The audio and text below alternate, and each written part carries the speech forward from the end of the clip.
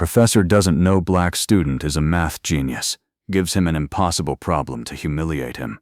The lecture hall fell silent the moment she walked in.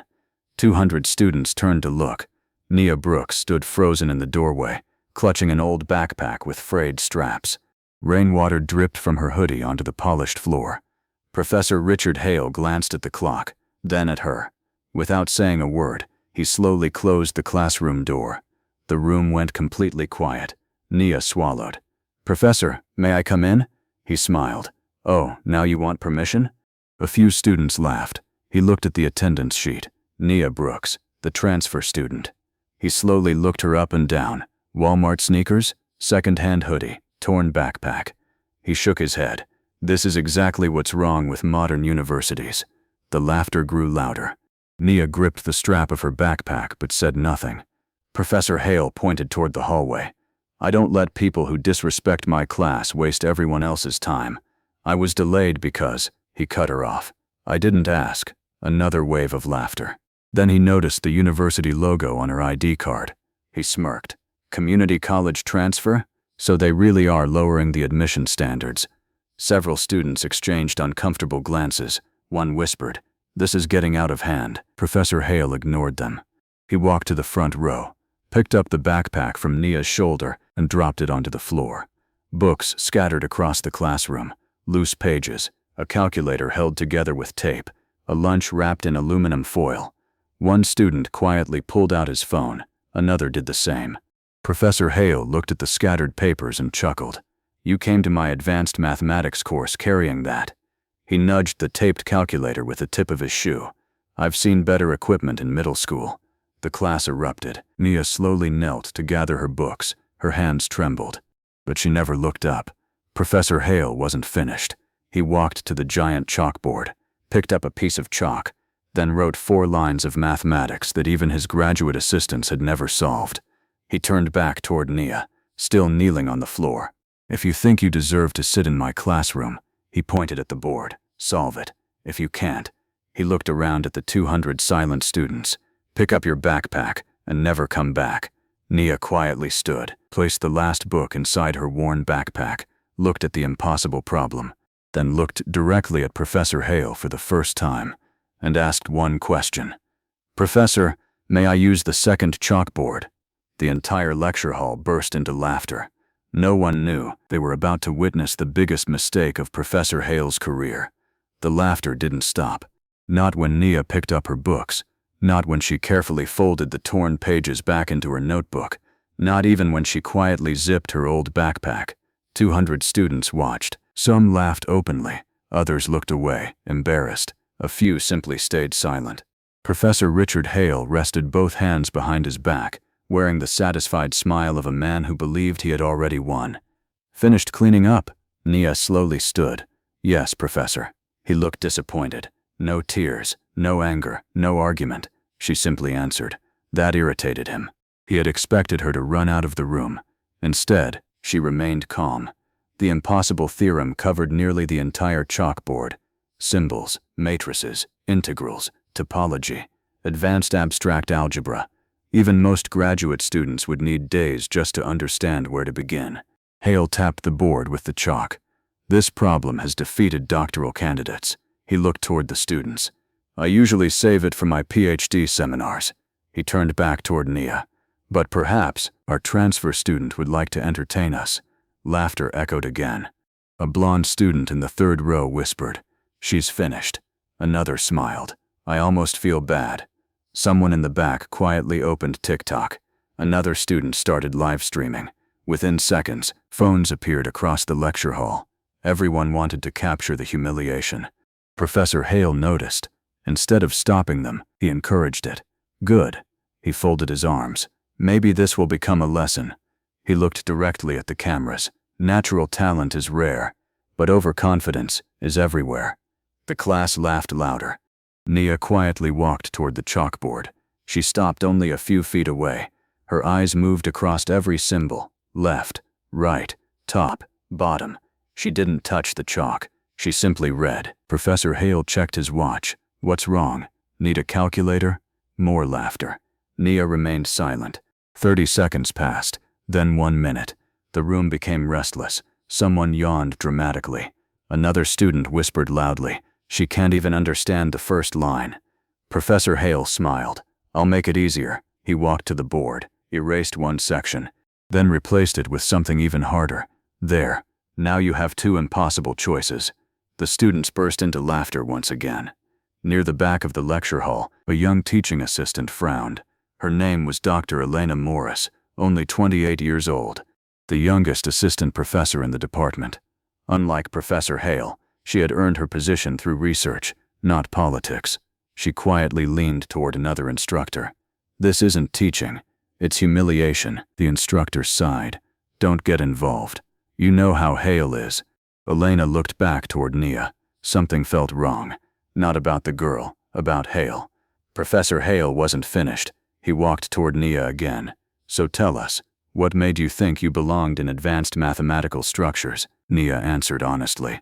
"I enjoy mathematics." The room laughed. Hale smiled. "You enjoy mathematics? So does my 8-year-old nephew." That brought another wave of laughter. But unlike him, he looked down at her worn backpack. "You actually believed you belonged here."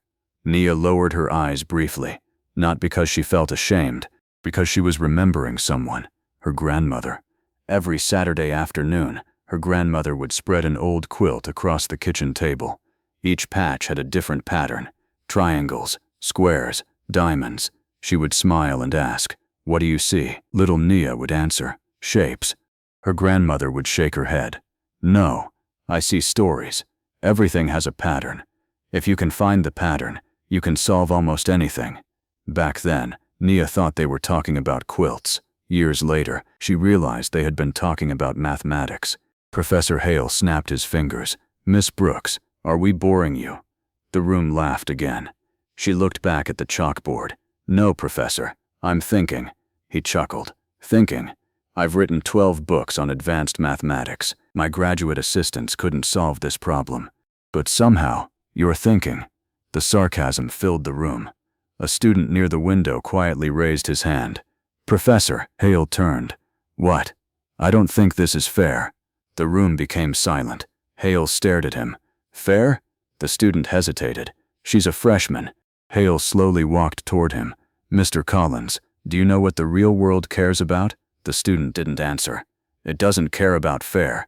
It cares about results." He pointed back toward Nia. "If she belongs here, she'll prove it. If not, she'll learn an important lesson." No one spoke again. Nia finally stepped closer to the chalk tray. Every phone lifted higher. Professor Hale smiled confidently. "This should be entertaining." She reached toward the tray. But instead of picking up the white chalk, she picked up the yellow one. Several students looked confused. Professor Hale laughed. "Color won't make you smarter." Nia looked at him politely. "No, but it will make the proof easier to follow." The room laughed once more. One student whispered, "She's already making excuses." Another shook his head. "This is painful." Nia quietly turned toward the board. She didn't begin writing. Instead, she erased only one tiny symbol from the professor's equation. Gasps spread across the lecture hall. Professor Hale's smile vanished instantly. "What are you doing?" Nia looked at him calmly. "Professor, I think you made a mistake." For 2 full seconds, the lecture hall was completely silent. Then, the entire room exploded with laughter. Professor Hale actually laughed the loudest. He pointed at the board, barely able to speak. "The transfer student is correcting me." He wiped tears from his eyes. "This is even better than I imagined." He stepped aside dramatically. "Go ahead. Show all of us where my mistake is." Nia nodded once, picked up the yellow chalk, and wrote a single mathematical symbol beneath the equation. Dr. Elena Morris suddenly stood up. Her eyes widened. She stepped closer to the board, then whispered, "Oh, my God." Dr. Elena Morris pushed her chair back so suddenly it scraped across the lecture hall floor. Every head turned toward her. She stepped closer to the chalkboard, staring at the single yellow symbol Nia had written. Professor Hale frowned. "What exactly are you looking at?" Elena didn't answer immediately.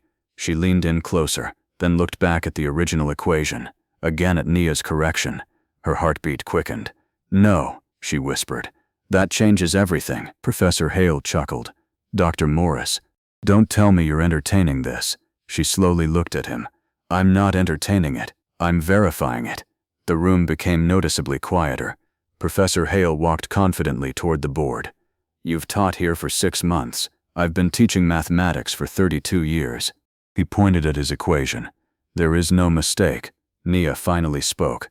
There wasn't, until the third substitution. Professor Hale laughed. What?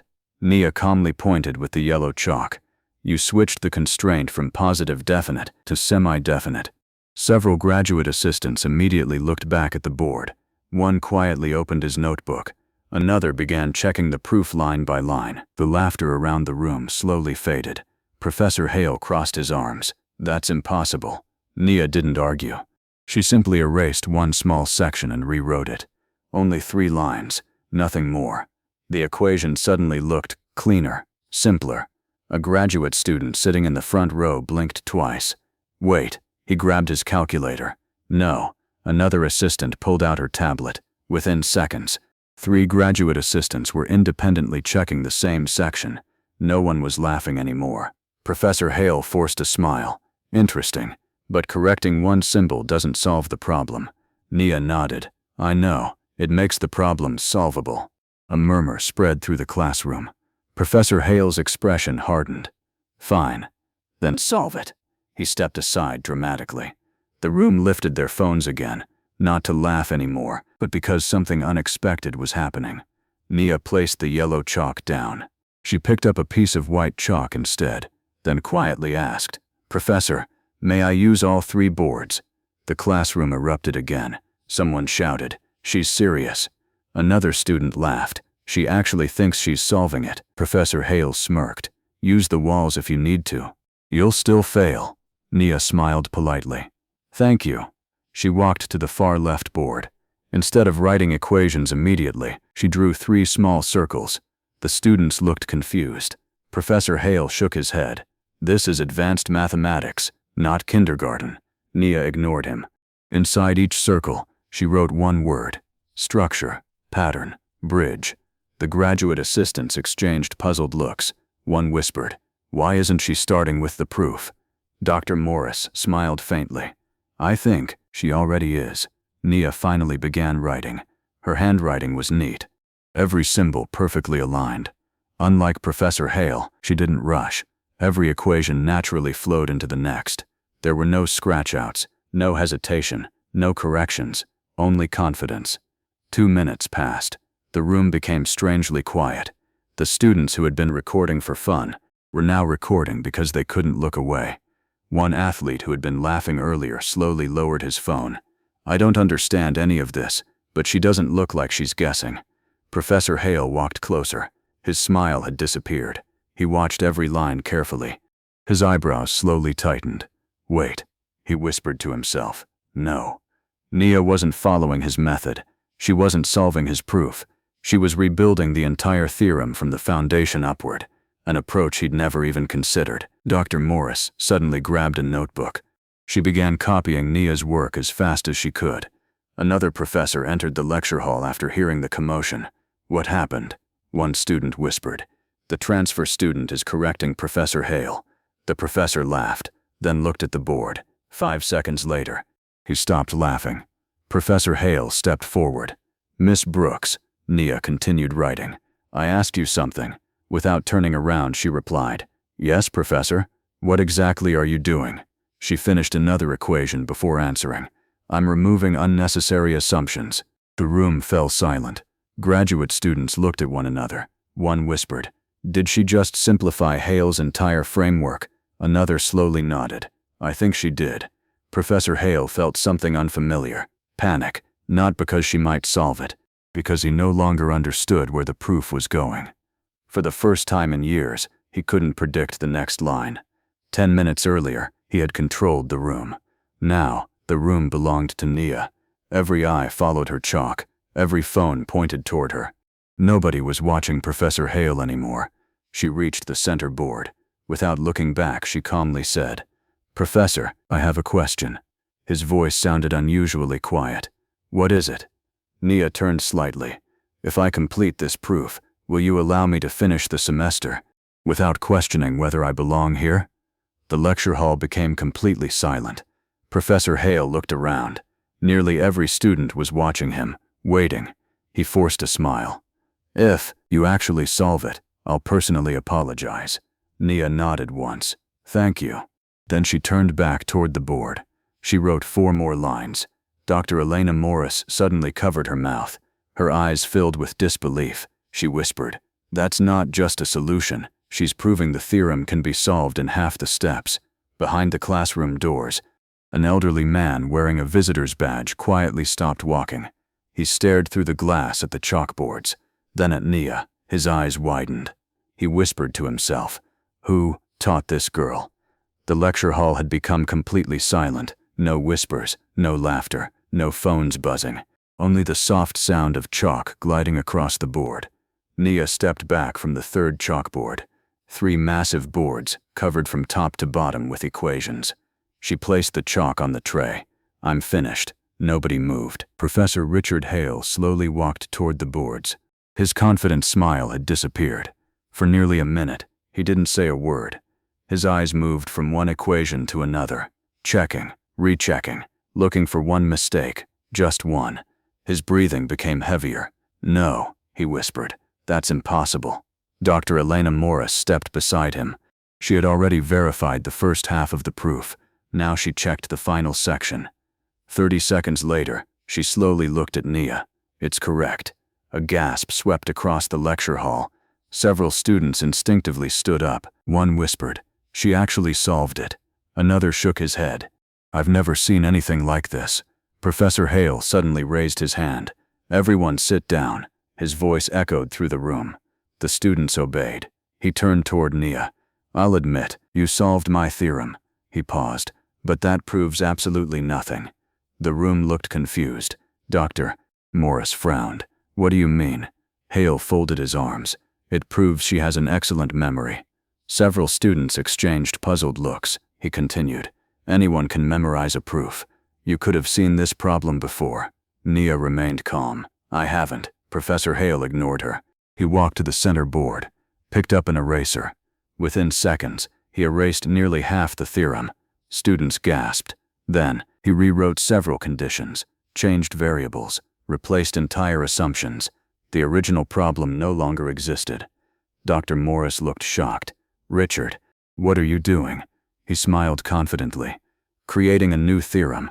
He turned toward the class. "If Miss Brooks truly understands mathematics, she won't need memory." He pointed the chalk toward the rewritten proof. "She'll solve this one too." A few students slowly nodded. For the first time, Professor Hale had made a fair point. Memorization wouldn't help now. Everything had changed. Nia quietly studied the board. This time, she didn't reach for the chalk. Professor Hale noticed. His confidence slowly returned.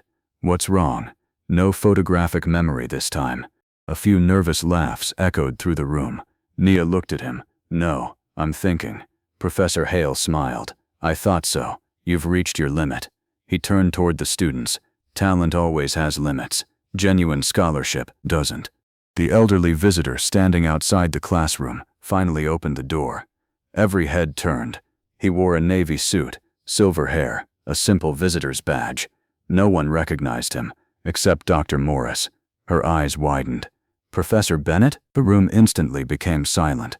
Even Professor Hale looked surprised. "Dr. Bennett?" Harold Bennett, one of the country's most respected mathematicians, former president of the National Mathematical Society, author of textbooks used around the world. He rarely visited universities anymore. Professor Hale forced a smile. "This is an honor." Professor Bennett barely acknowledged him. Instead, he walked directly toward the chalkboards, studied Nia's completed proof, then quietly smiled. "Beautiful." He looked at the rewritten theorem, then back at Nia. "Would you mind if I changed one more thing?" Professor Hale blinked. "What?" Professor Bennett erased a single symbol, then added another. The room looked confused. Dr. Morris laughed softly. "Oh, you made it much harder." Professor Bennett nodded. "I did." He handed the chalk to Nia. "Now, I'm curious. Show me how you think." The lecture hall became perfectly still. No one breathed. No one blinked. This wasn't Professor Hale's challenge anymore. This was a challenge from one of the greatest living mathematicians. Nia accepted the chalk. She stared at the new theorem. 20 seconds passed. 30. Professor Hale smiled again. Finally, she looked uncertain. Then, something unexpected happened. Nia walked to the first board and erased her own solution. The students gasped. "What is she doing?" Dr. Morris whispered. "Wait." Professor Bennett smiled. He already understood. Nia turned toward the room. "If I use my first proof, I'll force the mathematics." She gently placed the eraser down, but mathematics shouldn't be forced. She looked back at the empty board. It should be understood. Professor Bennett folded his arms. A proud smile spread across his face. Professor Hale looked confused. "What does that even mean?" Nia picked up the chalk.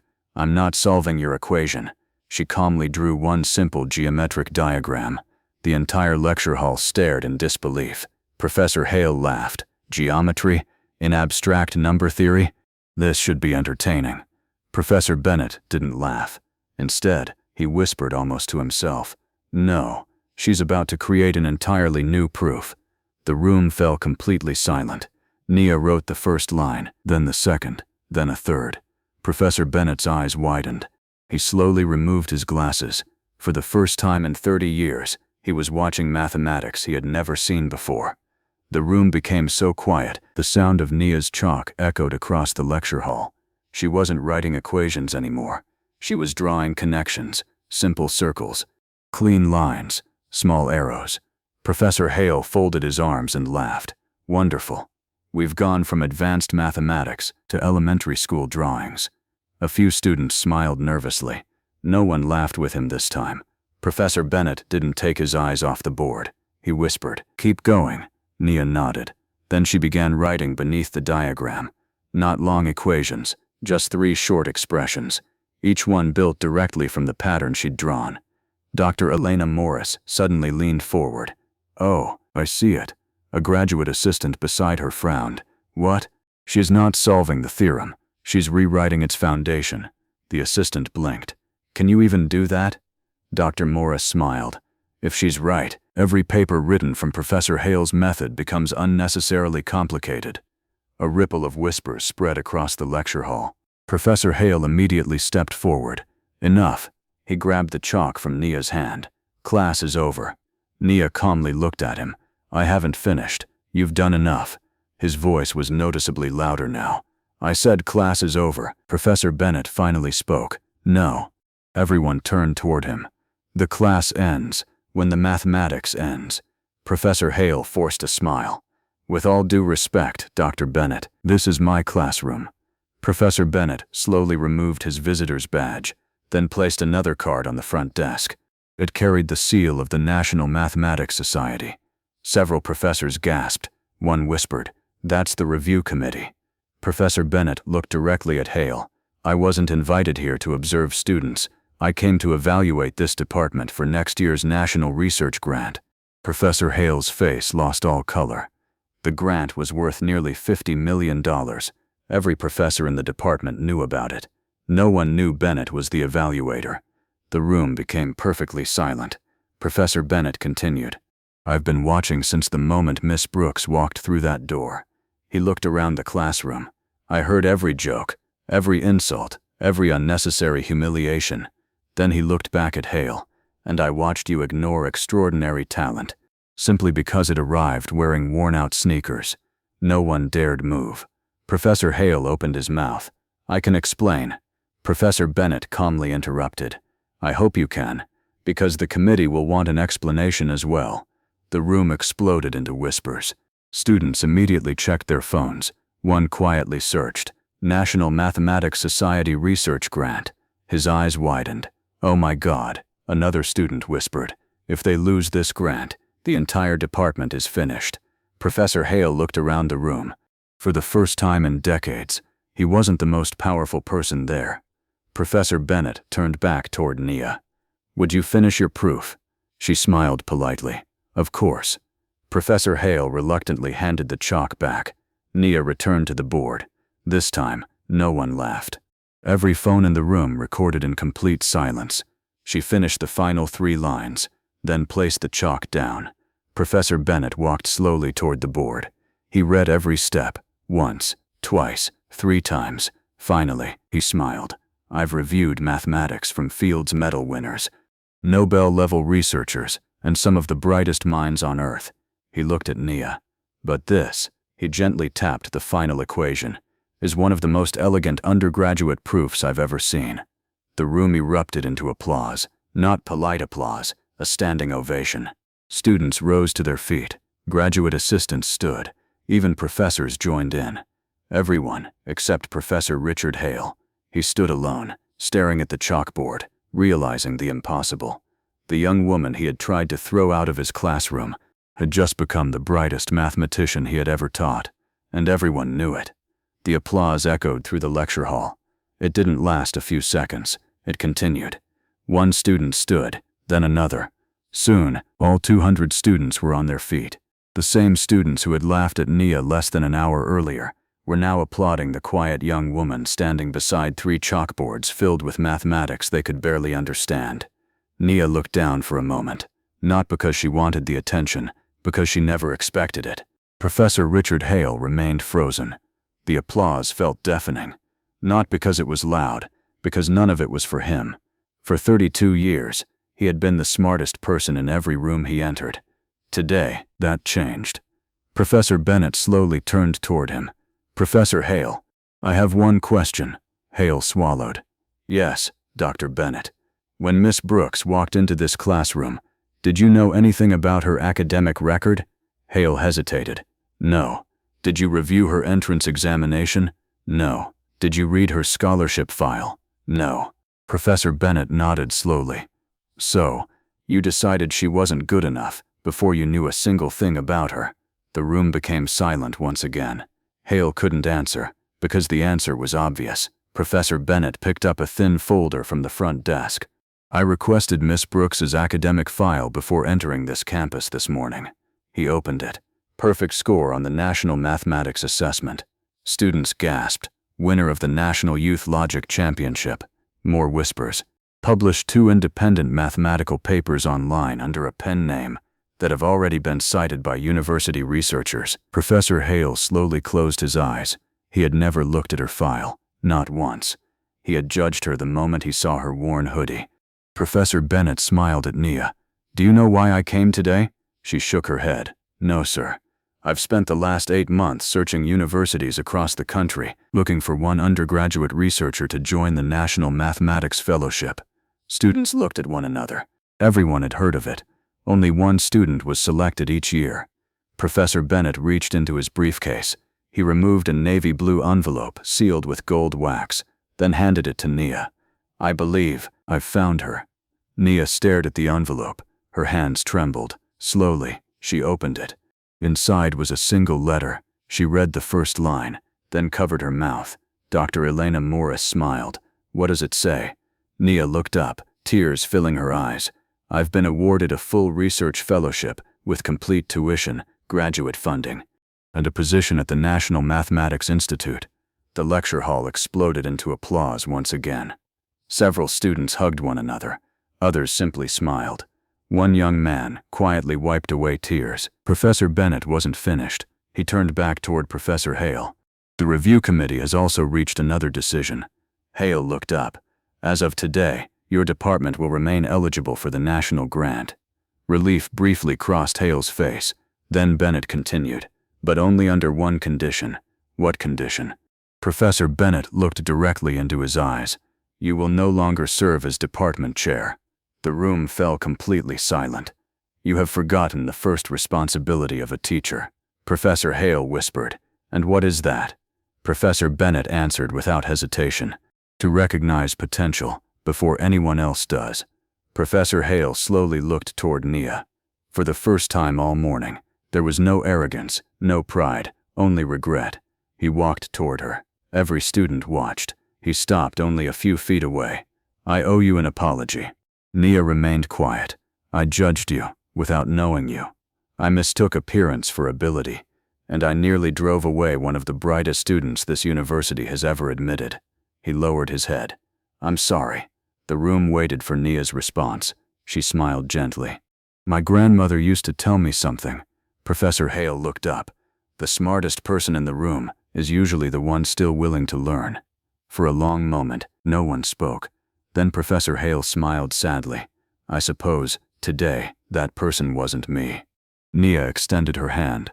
After a brief hesitation, he shook it. The applause returned one final time. 6 months later, a framed photograph hung outside the mathematics department. It wasn't a picture of a famous professor or a university president. It showed a young black woman standing beside 3 chalkboards covered in equations. Beneath it, a bronze plaque read, "Great teachers don't decide who belongs, they help students discover it for themselves." Every freshman who entered the building stopped to read those words, and every professor who walked past that hallway remembered one unforgettable morning when a quiet girl with a worn backpack walked into a classroom and taught everyone there the biggest lesson of all.